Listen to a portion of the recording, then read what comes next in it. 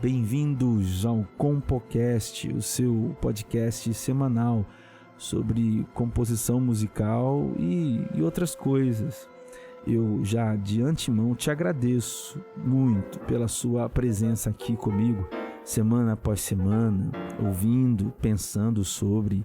E agradeço também especialmente ao SECAM, o Centro Codesso de Aperfeiçoamento Musical, pelo apoio gentil em toda essa nossa caminhada.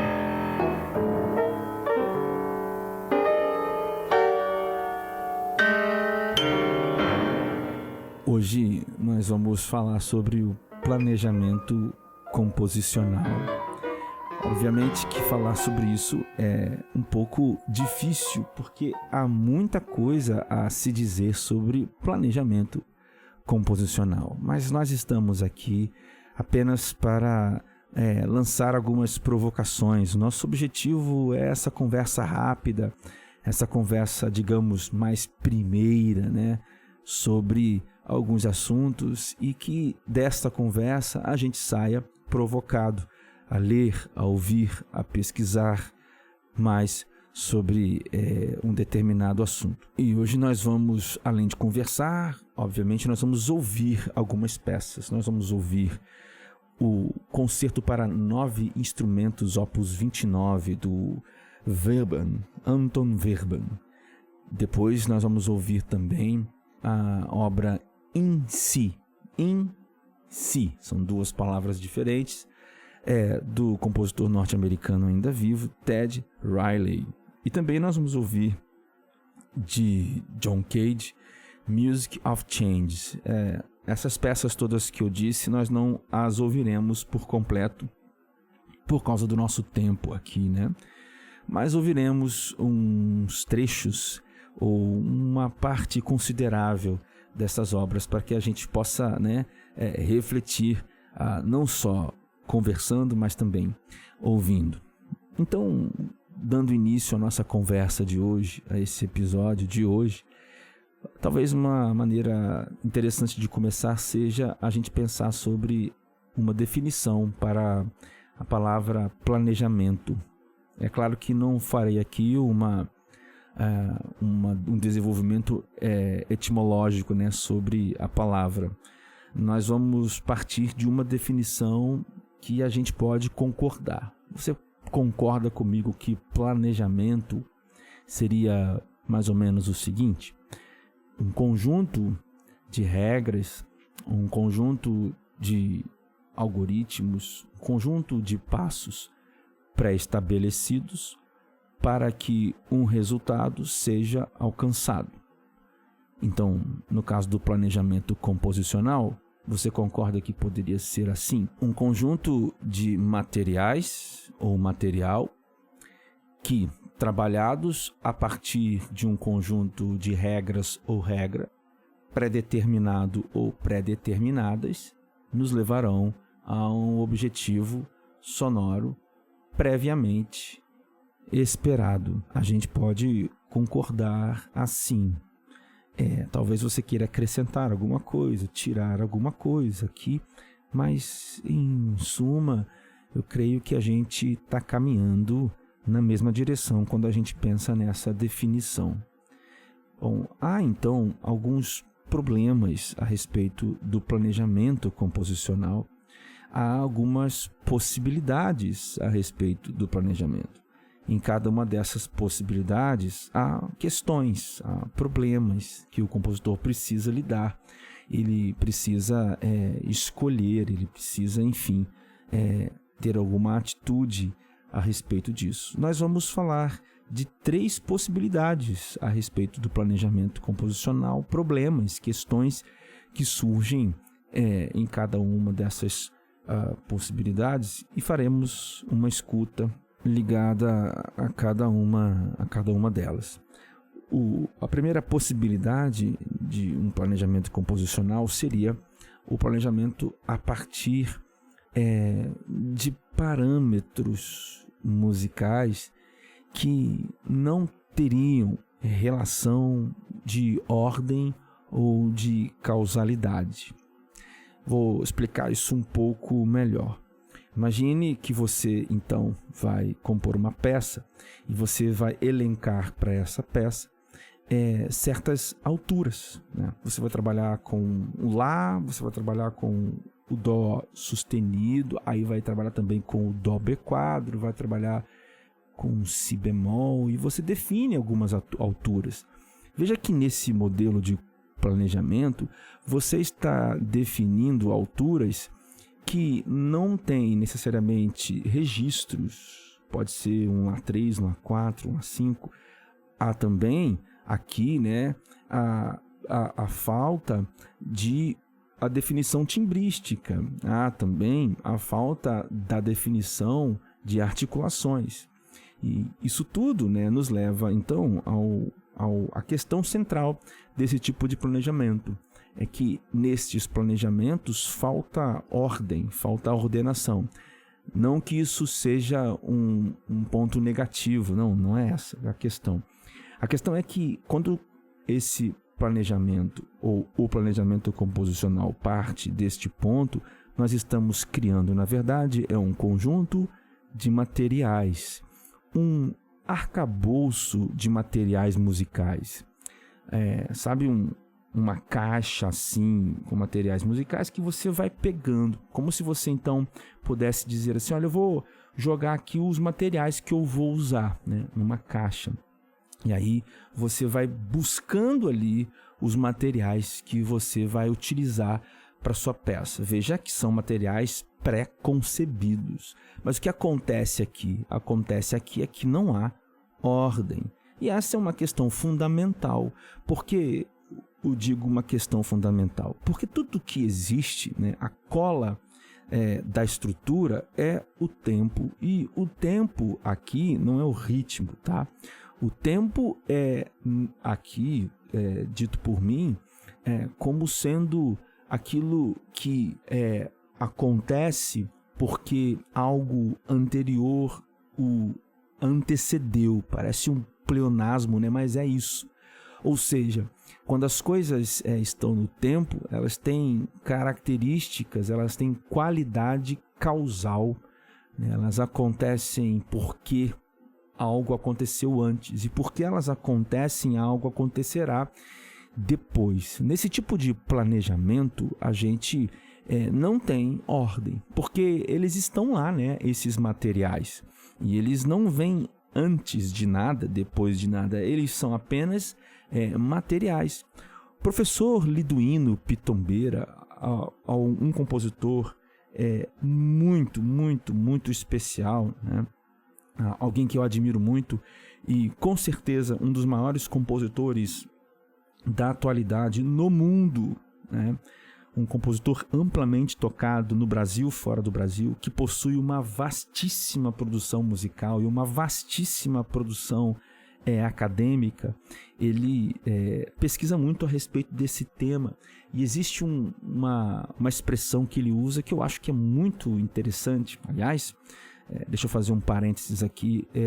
Um dos primeiros episódios do nosso Compocast, lá em sua gênese, melhor dizendo, é justamente com o professor Liduíno, né? Foi meu orientador no doutorado e, como eu disse, alguém que eu tenho um profundo respeito e admiração. Fica aí o convite para você não só conferir esse episódio, mas também pesquisar tudo o que você puder sobre o professor Liduíno Pitombeira. Fecha parênteses.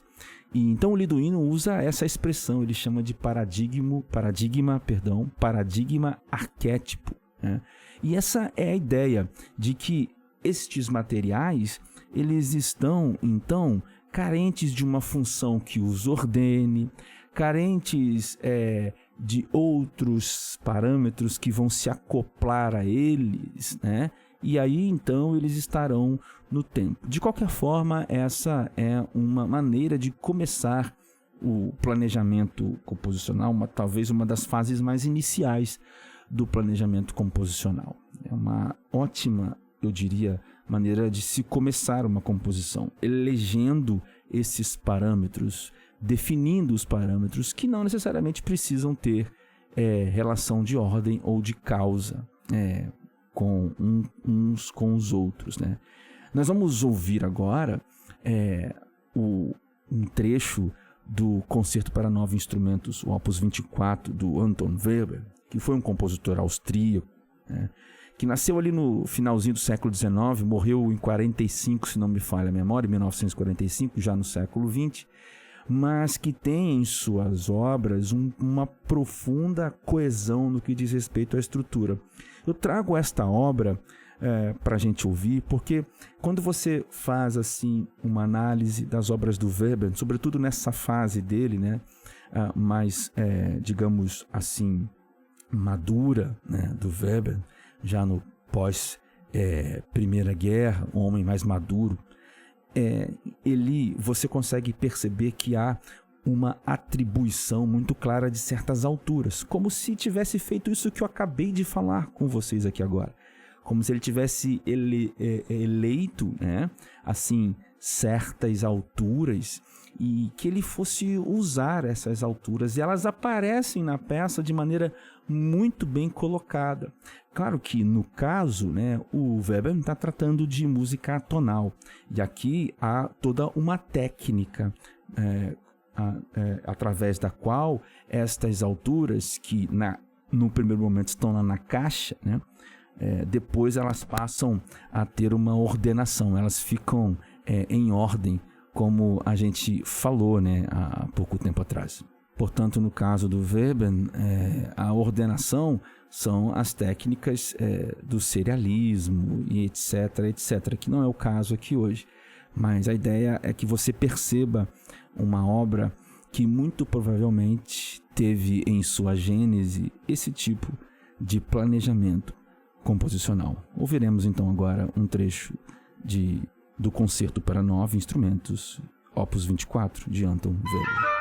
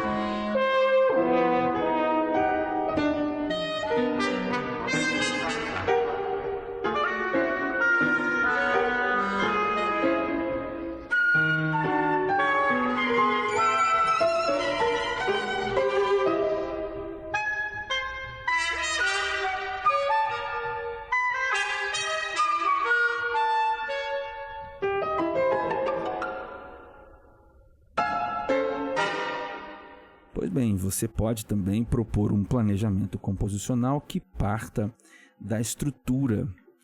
E aí o que você vai previamente elencar é a estrutura em si. Mais ou menos assim. Eu vou fazer uma peça que tenha uma seção A, depois uma seção B, depois uma seção A', porque eu quero fazer uma peça em forma ternária, assim, eu escutei os minuetos e eu estou fazendo assim, os minuetos barrocos e eu quero fazer assim.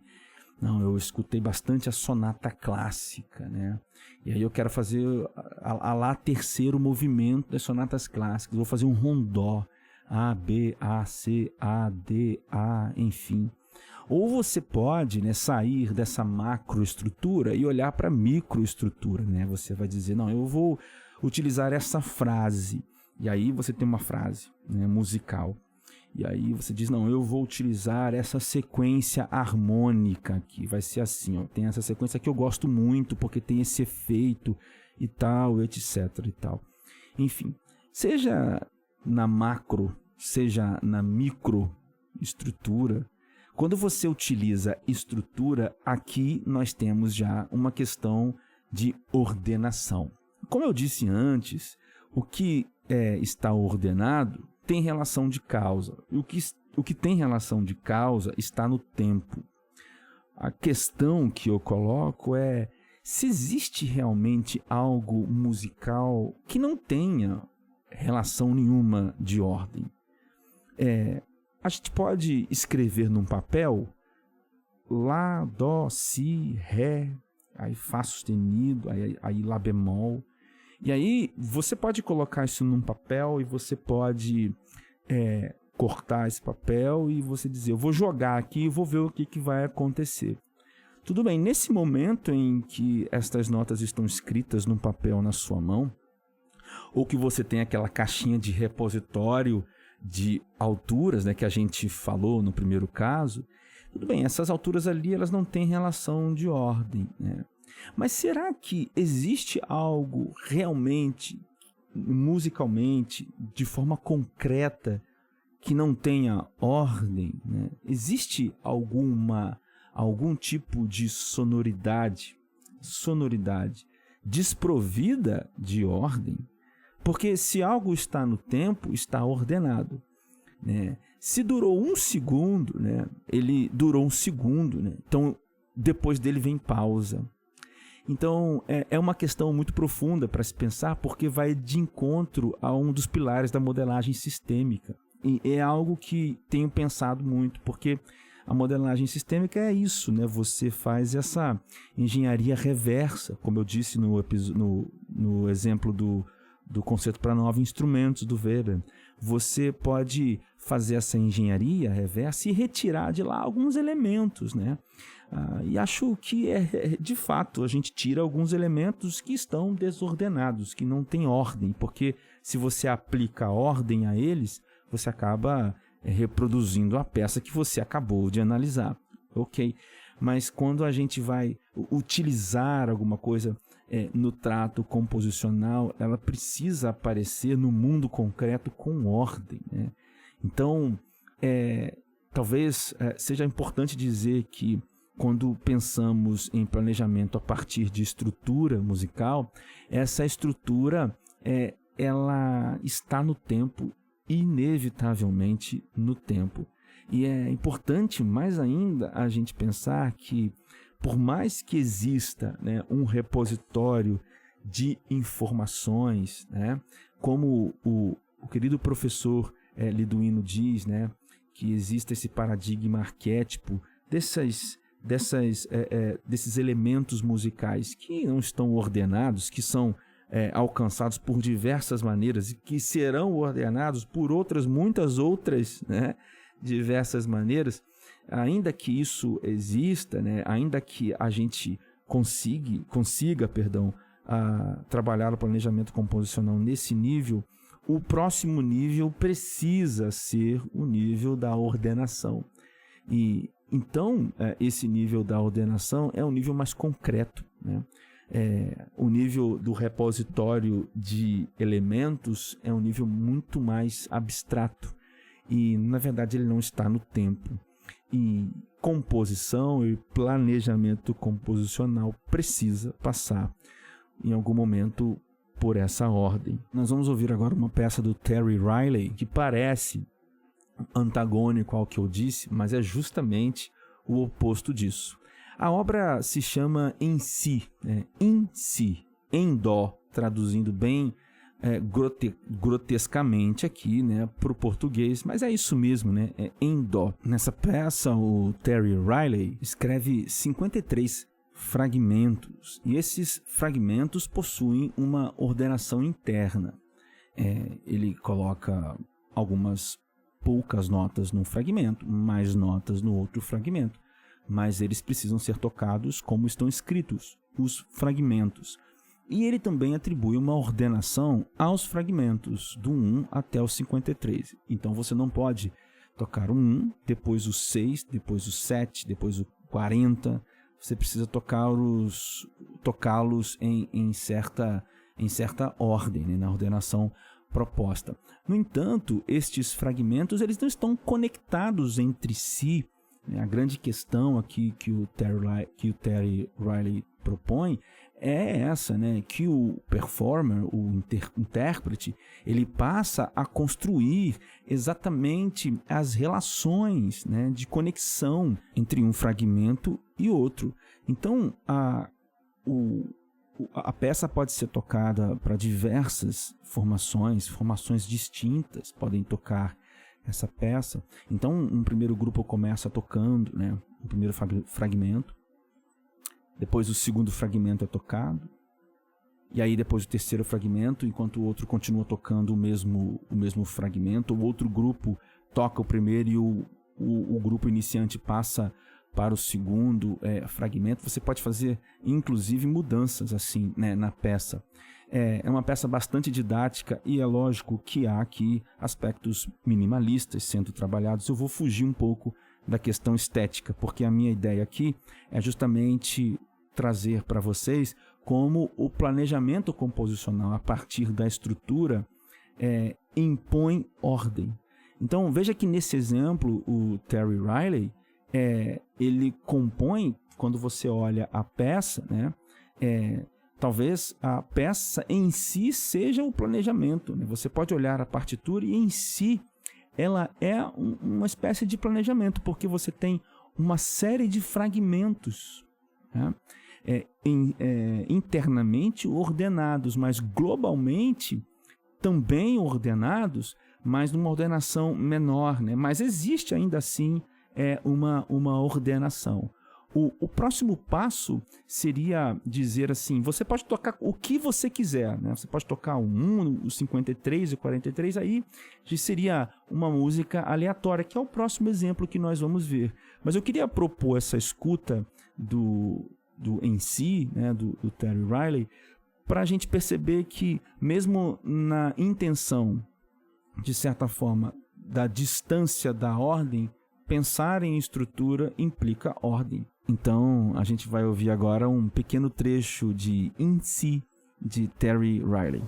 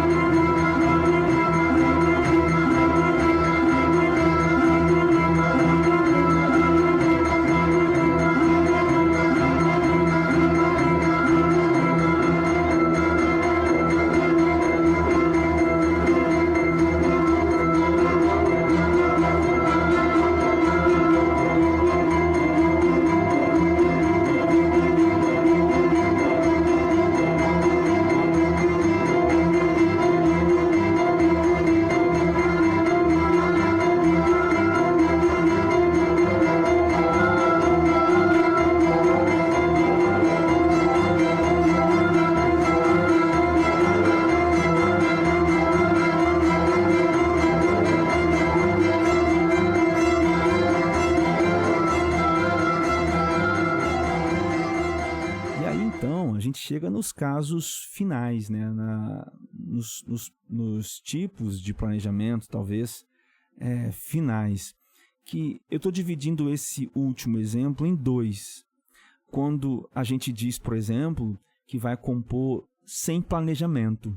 Eu vou sentar e vou ir compondo, né? Eu vou sentar aqui e vou fazendo a obra. Não tem planejamento nenhum. Eu sento e vou fazendo. Eu acredito muito nesse modelo também, né, de composição em si. Mas, de certa forma, todos esses caminhos, eles estão sendo também trilhados, esses planejamentos anteriores. Há uma escolha de alturas, de alguma forma, né? Talvez elas já venham impregnadas de outros valores, né? Por isso elas já existem no tempo, ou seja, elas já vêm ordenadas, né? Elas têm ordem quando a gente vai compondo assim, e na medida em que a coisa vai acontecendo, a gente vai definindo a estrutura. Então, quando você diz que compõe sem planejamento, é exatamente essa definição, é exatamente esse algoritmo, ou os algoritmos que você cria no caminho, que fazem com que surja a estrutura, aquilo que talvez não tenha sido visto por você antes, mas é exatamente esse processo instaurado por você mesmo que faz com que surja o resultado sonoro. Então há uma prévia determinação de modelo, uma prévia determinação de regras, de algoritmos. Em algum nível há uma prévia determinação, né? Por isso que o compor sem planejamento é um planejamento, né? E há também, dentro dessa mesma situação, o planejamento é totalmente aleatório. Quando você diz, não, eu quero que a música seja assim, totalmente aleatória, porque eu observei, então, almejo uma sonoridade que pode e que vai ser alcançada a partir de processos, digamos, aleatórios, né? E aí, nesse caso, a minha colocação e a minha provocação é a respeito da ordem, daquilo que eu venho dizendo já, né? A respeito de que quando as coisas estão no tempo, elas estão ordenadas. E aí o pensamento de que a música aleatória é desprovida de ordem, né? E eu acredito fortemente que não, né? Existe ordenação dentro da música aleatória, porque no momento em que ela acontece obedecendo o princípio temporal. E que princípio temporal? É esse, o princípio da causalidade. O que acontece na música aleatória é que nós, enquanto compositores, podemos transferir, né, a gerência da causalidade para o intérprete. Então, o intérprete acaba sendo o gerenciador da causalidade. Ele é quem diz o que vem depois, o que vem antes. Mesmo que a sua partitura seja um grande ponto de interrogação, uma grande página em branco, né? E tem apenas ali uma palavra assim, toque o que você quiser. No final das contas, aquilo que surge no tempo, surge com algum tipo de causa. É claro que as relações de ordenamento, quando você vai estudar a qualidade da relação, é uma outra questão. Nós podemos dizer que a qualidade da relação de ordenamento é uma qualidade aleatória, mas há ordenamento. Nós vamos ouvir agora, então, Music of Change, do John Cage, que é justamente uma peça que caminha na direção da aleatoriedade, né? Ou seja, da música aleatória. Perceba que nessa peça é justamente a questão da transferência da gerência da causalidade que é objetivada pelo Cage, né? Quando ele propõe essa música, ele determina algumas coisas, mas a aleatoriedade da peça está justamente no fato de que há um gerenciamento singular, não só por cada intérprete, mas por cada momento em que o intérprete executa essa peça. E, de certa forma, toda peça requer um gerenciamento do intérprete, mas essa é uma questão para um outro episódio. Vamos ouvir então um trecho, Music of Change, de John Cage, o livro 1.